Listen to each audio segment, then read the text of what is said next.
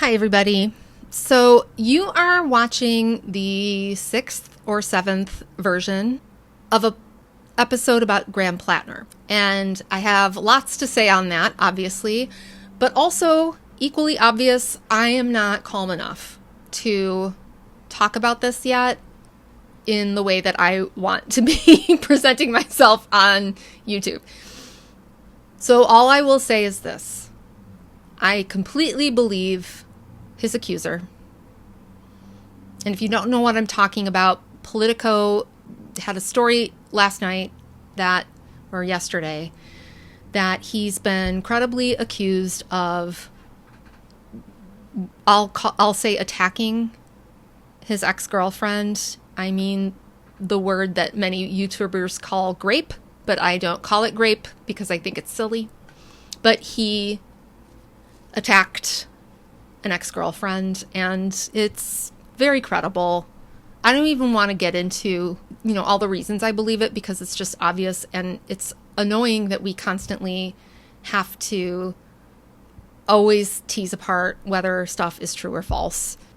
It's really disappointing, and I'm really frustrated that so many people in government these days have been revealed to be abusers. It's on both sides of the aisle.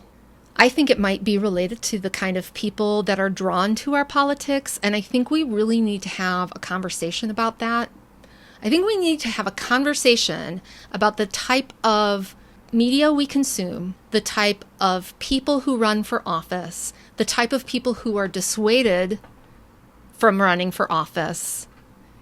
And are we really picking the right people? Because we need to have true public servants. Forgive me. Forgive Eddie. We need to have true public servants. We need to have people who are working for us. Too many people in our government are not working for us. Obviously, the Republicans aren't, but many Democrats aren't either. And I think there are a lot of Democrats who kind of benefit from this whole, we're not in charge, so we can't do anything. I think a lot of them, if they were in charge, wouldn't be much better. But the Democratic Party is our only hope. You can yell at me all you want in the comments. Things work the way they work. Our government works the way it works. I don't make up the rules. I would change a lot of things about the rules if I were in charge of them. But the way our system works, one of the parties, either the Republicans or the Democrats, gains control of the Senate and the House.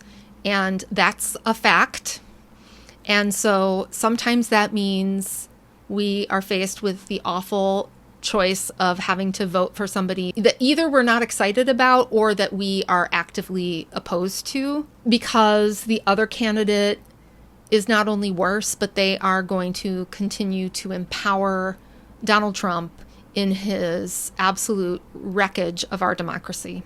What I like to think about at times like this, if I'm having to vote for a candidate I'm not excited about, is I think of the type of people that do excite me. There's plenty of great people in Congress right now.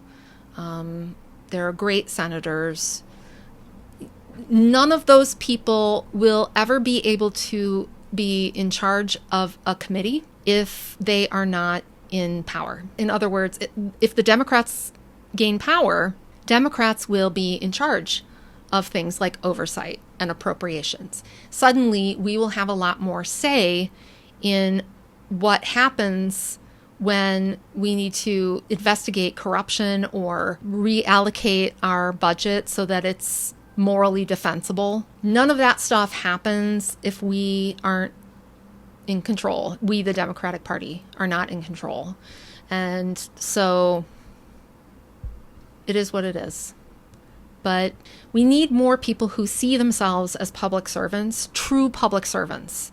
People who are not interested in spending all of their time fundraising with wealthy donors. People who are not interested in currying favor so that they can get catapulted to post-congressional jobs that are really lucrative. Do you know what I'm saying? We need people who are there to help us. People who want to clean up corruption, people who want to defend our democracy, and people who want to help bring more justice to the American people in our economy. And so we have to soldier on. I'm really sorry about this story about Graham Platner. I feel sorry for him, which may sound strange, but what I mean by that is I feel sorry for him as a person because I think he's a very messed up person. I still believe that some of that could be attributable to his military service, and we should all consider how much we ask of people and whether we are being choosy enough in the causes that we select for reasons to go to war. But that's a topic for another day. For now, I just want to say I feel bad for him. I feel way worse for this woman that he victimized. I'm grateful to her for coming forward. I can't even imagine how she's feeling today. It's got to be really hard. And it's better to know. It's better to know than to not know. And it's better to know now than after he gets elected, right? But we need more diversity of representation. We need to stop attracting the same types of people to our politics. People who are driven on some level by the pursuit of power and control.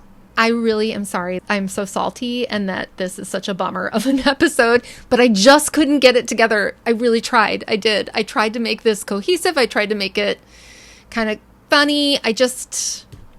Guys, I'm just worn out. It's really exhausting. Being American is really exhausting right now. Do you feel it?